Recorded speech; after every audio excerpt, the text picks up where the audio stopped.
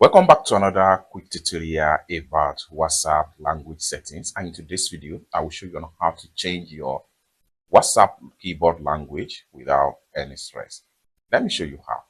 So the very first thing you want to do is to come down below right here from the bottom of the right corner on your keyboard. Click on that and this is going to pump up. First thing you need to do right here is to switch to emoji keyboard. Switch to that. Then once you switch to emoji keyboard, and see the keyboard has changed.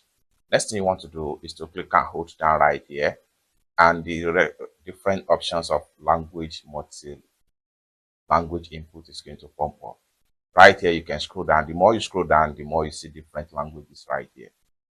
So at the time of making this video, I can easily switch to Chinese keyboard language.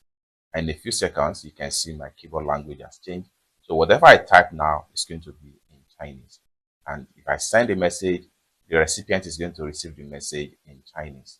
However, I can decide to switch from Chinese to another language. For that, I will click and hold down right here, and this is pump up.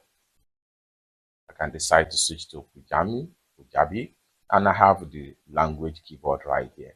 So whatever I type, it comes in this particular language right here. Like what you see, even in the prediction, everything come up like so.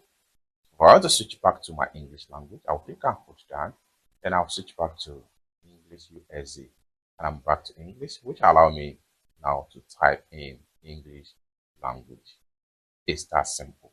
So this is how to change your keyboard language in WhatsApp. For more tutorial tips and tricks on how best to use WhatsApp, consider to subscribe. Thank you so much for watching, and I hope to see you in my next video.